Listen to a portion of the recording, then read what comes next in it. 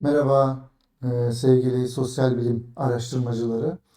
Şimdi öğrencilerimiz tarafından özellikle bana çok fazla sorulan sorulardan bir tanesi de çoklu seçimli sorular konusu. Çoklu seçimli soruların data dosyasında nasıl yer alacağı konusu. E, Hakikaten zahmetli bir soru tipidir bu çoklu soru tipi. Yani şöyle olduğunu düşünün. İşte bu cinsiyet, yaş vesaire bunlar tamam. Bunları zaten daha önce öğretmiştim nasıl veri girişi yapılacağını. Bir önceki derslerde var. Ancak bu yeni soru tipleri yani birden fazla yanıtın verilebildiği soru tiplerini nasıl veri girişini yapacağız? Bunların hem veri girişini yapmak farklı hem de analizleri farklı. Yani mümkün mertebe çoklu seçimli sorular sormamaya gayret etmek iyidir. Ama mecbursak artık yapacak bir şey yok. Bazen cevabını bilmeyebiliriz. Bazen de çok fazla cevap vardır ama bazısı için önemli, bazısı için önemli değildir. O nedenle çoklu seçimli soruları kullanma ihtimalimiz var, yok değil. Aynı zamanda bu işte sıralama soruları, diğer şeklinde yanıt verdiğimiz sorular bunların nasıl veri girişinin yapıldığını size göstereceğim. Burada böyle mesela bir yöneticide bulunması gereken 10 tane özellik verilmiş ve bunlardan seçiniz denmiş. 10 taneyi de seçebilir, bir taneyi de, 3 taneyi de seçebilir. Buradaki soruda iş yerindeki adaletsizlik nedenleri en önemli 3 tane seçiniz. Bir sürü vermiş cevap. Buradan da sadece 3 tane seçecek. 10 tane vermiş. 3 tane sadece seçmenizi istiyor. Niye? En önemli 3 taneyi bulmaya çalışıyor çünkü. İş yerinden ayrılmayı düşünmenizin sebebi. Evet, iş yerinden ayrılmayı düşünenlere yapılan bir anket demek ki bu. İşte burada 4 tane sebep vermiş ama 5. de diğer yazmış ve 5 tane daha diğer yazmış. Demek ki bu 4 tane sebep akla gelen sebep ama akla gelmeyen kişi ve özel sebepler olabilir. Onları da görmek istiyor firma. O nedenle bu şekilde bir sürü diğer şeklinde yanıtları da yazmış. İş seçimindeki hususları en iyiden en kötüye doğru. Bu da bir sıralama sorusu. İşte e, evime yakınlık. Mesela şu da maaş yüksekliği olsun. Maaşının yüksekliği. Bu da yine nedenler. Eğer bunu bir hard copy olarak kağıtta bir anket düzenliyorsanız arkadaşlar, kağıtta düzenlenen anketlerde bunu böyle parantez içinde işte 1, 2, 3, 4 şeklinde yani hangisine 1 ya örneğin buna 1 der, şuna 3 der, buna 2 der vesaire gibi. Hani sıralayacak verdiği rakamlarla yoksa nasıl anlayacağız sıraladığını? 1 ile 5 arası altına sıra rakamı koyacak. Ama artık online anketlerde nasıl yapıyoruz arkadaşlar bunları? Sürükle bırak. Sürükle bırak şeklinde yaptığımız için daha basit. Tabii bunlar da çoklu seçimli sorularda bu online anketlerde de çoklu seçimli soru tiplerine giriyor bu. Çoklu seçim birden fazla seçilebildiği soruları seçerseniz size verdiği yanıtlar aynı buradaki veri girişi gibi olacak. Velev ki online anket yapın. Oradaki girişleri SPSS'e aktarırken tabii Google Formlar falan SPSS datası şeklinde size döküm vermiyor. Size SPSS hazır kodlu vermiyor. Sadece ne veriyor size? Text olarak veriyor. Siz onu SPSS koduna dönüştürmeniz isteniyor. Şimdi arkadaşlar bu anketi SPSS'e girelim müsaadenizle. Şöyle yapalım. Yeni bir dosya açalım. New diyelim. Şöyle.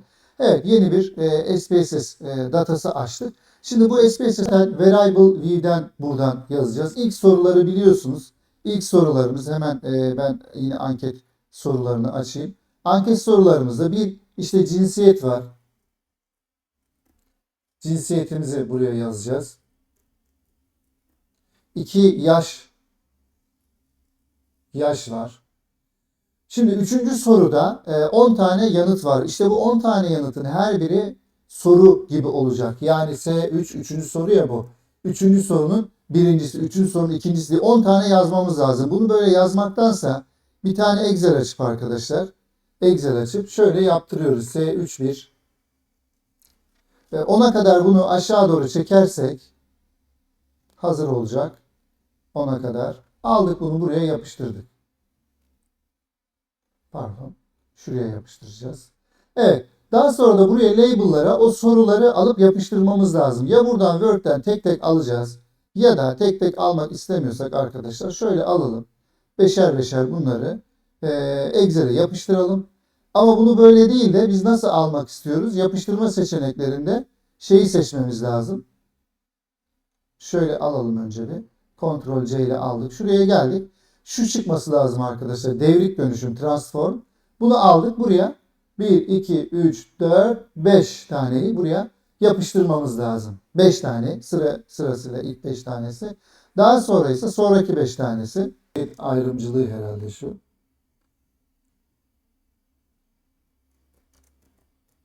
Yapmama. Cinsiyet ayrımı yapmama.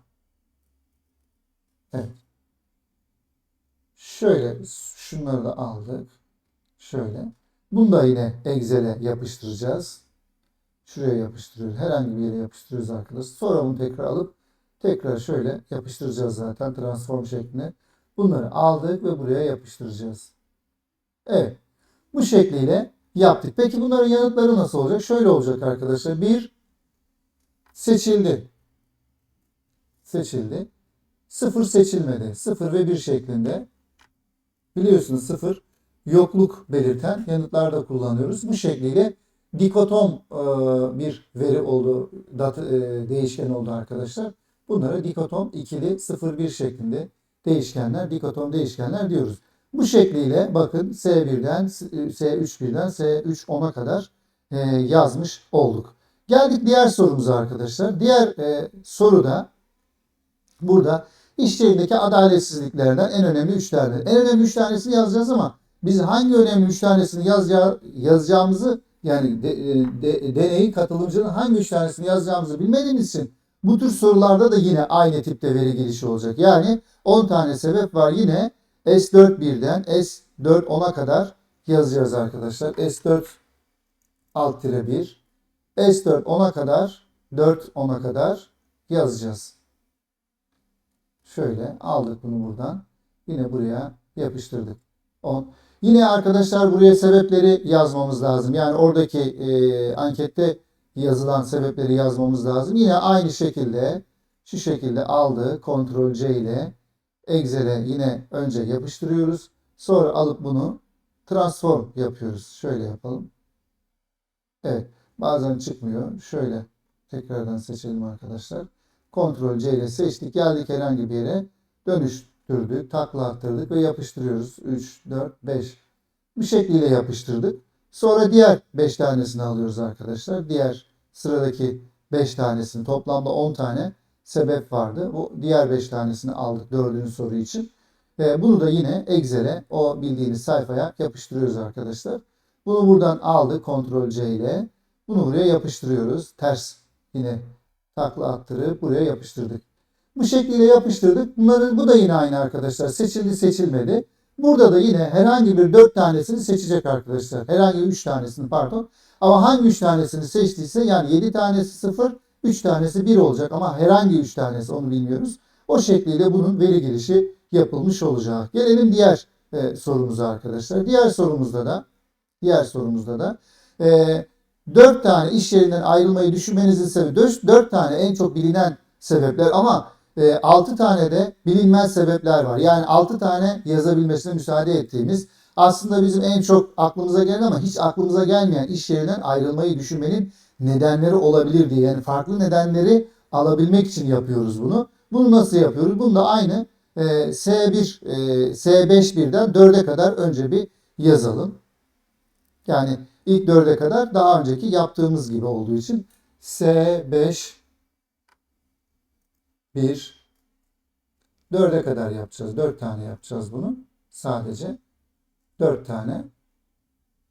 Evet. Bunların girişi aynı olacak ama öbürleri S5D1'den 6'ya kadar. S5D1 ise yani diğer 1, diğer 2, diğer 3 şeklinde. O halde onu da yazalım. Şuraya. S5D1. Bu şekliyle S5D1'den 6 tane diğer olacak. O halde onu da buraya yapıştıralım. Yapıştırdık. Evet, burada da işte diğer 1, diğer 1, diğer 2, diğer 3 şeklinde bunları da yazacağız. Diğer 1, diğer 2, diğer 3, diğer 4, diğer 5, 6 tane diğer yanıtımız olacak. Tabi 6 tanesinin hepsini doldurmak zorunda değil. Maksimum 6 tane. Şimdi bu diğer yanıtlarını arkadaşlar tekst olarak alacağız. Yani Adam yazacak, yöneticim bana öyle dedi, böyle dedi de o yüzden gittim de vesaire vesaire, böyle uzun bir karakter bırakacağız buraya. Yoksa dolduramayız onu. Yani buna dikkat edelim. Yoksa karakter yetmez. 8 karakter yazdıktan sonra daha bir şey yazamaz. O halde bunu aldık, buraya yapıştırdık. Yani biz buraya kopyalayamayız bunu. Bu şekliyle bunu da string olarak yapıyoruz arkadaşlar. Bunun da veri girişi bu şekliyle. Buraya da bunların hangi şıklar olduğunu buraya yazmamız icap edecek. Bakalım onlar hangi şıklardı. Hemen Word'e geliyoruz arkadaşlar. O şıkları buradan alacağız. Şunlar 4 tane bilinen şık. Diğerleri de bilinmeyen, tahmin edilemeyen ve farklı cevaplar almak istediğimiz şıklar. Bunları aldık, takla attırdık, transform ettik, aldık ve buraya yapıştırıyoruz. Şuraya yapıştıracaktık onları. Bu soru tipi de böyle. Buradan yine şunu alıp buradan seçildi seçilmeliyi buraya yapıştıracağız arkadaşlar. Bu şekilde bunu da halletmiş olduk. Geldik diğer soru tipine arkadaşlar. Diğer soru tipinde de sıralama sorusu. Bu sıralama sorusu hard copy olarak, bir kağıt olarak bu anketi yapıyorsak bu şekilde verip birden 5'e kadar, yani mesela buna 4 yazacak, buna 1 yazacak, buna 2 yazacak, buna 5 yazacak gibi sayılar yazacak. Ama bir anket sistemi ise sürükle bırak şeklinde olabileceği gibi yine böyle rakam verme şeklinde de olabiliyor arkadaşlar. Bunları da alacağız. S61, S62 diye. Hemen bunu da önce soru ismini buradan alalım. S61. S61'den 5 tane. S65'e kadar. Bunu da buraya yapıştıracağız. Bakın bu hakikaten zahmetli yani. Hani zahmetli diyebileceğimiz kadar zahmetli. Dolayısıyla mümkün mertebe kullanmamamız lazım bu soru tiplerini. Ama gerekiyorsa da tabii ki kullanacağız. Tabii buraya şimdi bunu yazamıyoruz. Yani burada kaçıncı olduğunu bilemediğimiz için, yani burada seçildi seçilmedi değil de her birinde, çünkü birinci ikinci atanacağı için her birinde her bir cevapların hepsi olmak zorunda. Biz onları yani birinci ikinci diye buradan anlayacağız. Birinci olarak oradan seçmiş, ikinci olarak oradan seçmiş diye. Yani şöyle, bunu bildiğimiz her birinde bu kodlar olacak şekilde kodlayacağız. Şuraya 1 diyoruz. 1. Şuraya kariyer planlamasını alıyoruz. Ama tabii ki o mesela buradan bir taneyi seçecek ya, acaba hangisini seçecek? Yani burada birinci olduğuna bakmayın kariyer planlamasının. İkinci olarak adaletli yönetim alıp buraya yapıştırıyoruz ama bunu belki 5. olarak seçecek, bilmiyoruz. Üçüncü olarak rahat fiziksel koşullar, bunu alıyoruz. Aldık, 3 numaralı kodumuz bu. 4 numaralı kodumuz evime yakınlık. 5 numaradaysa maaş yüksekliği. Bunu aldık. 5 numarayı buraya yapıştırdık. Evet, bu şekliyle arkadaşlar kodladık. Buraya da ancak sebep 1, sebep 2 diye yazabiliriz. Yani hani burada sebebin ne olduğunu bilmiyoruz çünkü. Dolayısıyla buraya ancak sebep 1, sebep 2, sebep 3, sebep 4, sebep 5 diye buradaki sebepleri yazabiliriz. Yani buradaki ikinci sebep olacak. Hangisini seçtiyse denek. Buradaki üçüncü sebep olacak. Gördüğünüz gibi bu soru tipleri oldukça zahmetli soru tipleri ama bazen kullanmak zorunda kalıyoruz. Dolayısıyla bu şekliyle katılımcılarımız yanıtlayacaklar bunu. Mesela bunu buradan 3'ten, 3. sorudan işte bunu seçti. Bir tane veri girişi yap. Bunu seçti. Bunu seçmedi. Bunu seçti. 1. Daha sonra bunları hepsini 0 girdi. Bakın böyle. Yani seçmediyse boş bırakmayacağız. Hepsine 0 gireceğiz. Şunu şuraya tıklarsak şöyle olur bu. Evet. Şöyle. Bunu da seçsin. Bunu seçsin. Bunu seçsin. Bunu seçmesin. Evet, kafamıza göre şu an yapıyoruz. 4. soruda da arkadaşlar 4. soruda sadece 3 tane seçecekti. Yani şimdi mesela bunu seçti ya. Diyelim bunu seçmedi. Bunu seçti. Kaldı bir tane daha. Yani anket sistemlerinde kota koyuyorsunuz. Kaç cevap verebilir? Mesela bunu da seçti. 4. seçmeye çalışsa seçemiyor. Yani seçemiyor. O şekliyle olacak. Bunu da siz hard copy'de bildirerek ancak şey yapabilirsiniz. Yani muhataba bunu anlatmamız gerekiyor. Burada da arkadaşlar mesela şunu 5 taneden işte bunu seçti. Diyelim ki bunu seçti. Bunu seçti. Bunu seçmedi. Böyle gidiyor. Bunu seçmedi. Diğeri de geldi dedi ki işte eşim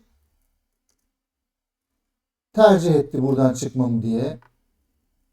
Eşim tercih etti. Ya da işte dedi ki işte patron öyle dedi, patron böyle dedi, müdür böyle dedi, yazdı. Bir yığın yazdı. Yani buraya farklı birbirinden tahminlenemez. Bizim tahminleyemeyeceğimiz sebepleri yazmasını istiyoruz bu soruda. Altıncı soruda da mesela şöyle geldi. İşte altıncı sorudaki şeyle şunu seçelim, copy. Hepsine bunu yapıştıracağız. Özür dilerim. Bunu yapmamışız.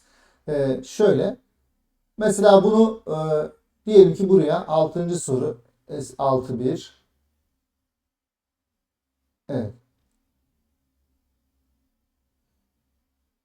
Şunu kaydet diyelim. Bir yere kaydetmemiz lazım bunu. Evet. Çoklu soru diye bunu kaydettik arkadaşlar. Şunu tıkladığımız zaman bakın burada birinci bunu seçti. İşte ikinci bunu seçti. Tabii üçüncü, dördüncüde onu seçememesi lazım. Yani anket sisteminde o şekilde. Daha sonra bunu seçti. Bu şekilde gidiyor. Kariyer. Bu şekilde arkadaşlar anket doldurulmuş oluyor. Tabii ki bunu yapmanın önemi ne? Hocam ben işte online sistemden yapıyoruz. Evet ama Google ya da işte Google Formlar ya da farklı anket sistemleri genelde text olarak veriyor. Bazı işte SurveyMonkey'nin işte paralı kısımları bazen verebiliyor. Yani SPSS dosyası olarak verebiliyor ama çok karman çorman oluyor. Özellikle Google Formlardan zaten anketleri yapıyoruz ücretsiz deneyim sunduğu için. Onunla da SPSS dosyasını hazır hale getirmek bu şekilde. Bu şekilde hazır hale getirirseniz kopyalayıp yapıştırdığınız zaman burada bütün yanıtları bu şekilde görmüş olursunuz. Bu soru tiplerinin analizi de farklı diğer soru tiplerinden. Bununla ilgili de yine analiz kısmında, deskriptif analizler kısmında, tanımlayıcı analizler kısmında bununla ilgili bir örneğimiz olacak.